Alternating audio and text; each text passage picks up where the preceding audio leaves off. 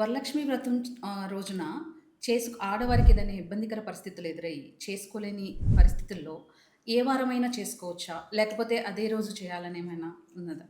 అలా ఏం లేదమ్మా.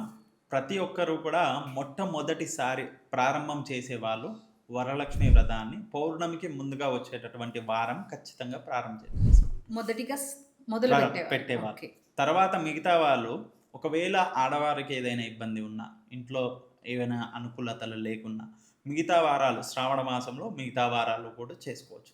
ఈ ఆ వారమైనా. ఏ వారమైనా గానీ, ఏ శుక్రవారమైనా చేసుకోవచ్చు. 4 శుక్రవారాలొస్తాయి. ఒక్కోసారి 5 శుక్రవారాలొస్తాయి. కాబట్టి అందులో మనకు అనుకూలంగా ఉన్న వారం చేసుకోవచ్చు. అందులో మనకు ఈ పౌర్ణమికి ముందుగా వచ్చేటటువంటి శుక్రవారమే అనడానికి గల కారణం ఏంటంటే, మనకు చంద్రుడొచ్చేసి పూర్ణ చంద్రుడుగా ఉంటాడు. ఓకే.